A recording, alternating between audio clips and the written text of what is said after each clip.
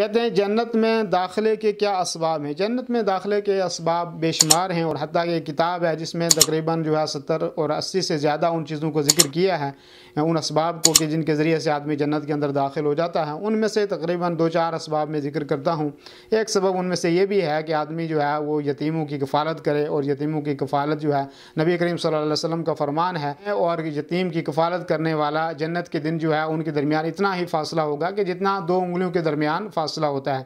اور یتیموں کی کفالت اس میں بہت بڑا اجر اور ثواب ہے، اور ان کی کفالت کے سلسلے میں جو آدمی کرتا ہے تو وہ جنت میں داخل ہوگا۔ ایسے ہی جو آدمی والدین کی اطاعت کرتا ہے، تو والدین کا جو اطاعت کرنے والا آدمی ہے، خصوصاً اس میں بھی والدہ کی جو اطاعت کرتا ہے اور ان کی دیکھ بھال کرتا ہے، تو ایسا آدمی بھی انشاءاللہ جنت کے اندر داخل ہوگا۔ ایسے ہی جو آدمی جو سنتیں ہیں، جو سنت مؤکدہ جس کو ہم کہتے ہیں 12 رکعت، ان کی جو حفاظت کرتا ہے تو وہ آدمی بھی انشاءاللہ وہ جنت کے اندر داخل ہوگا۔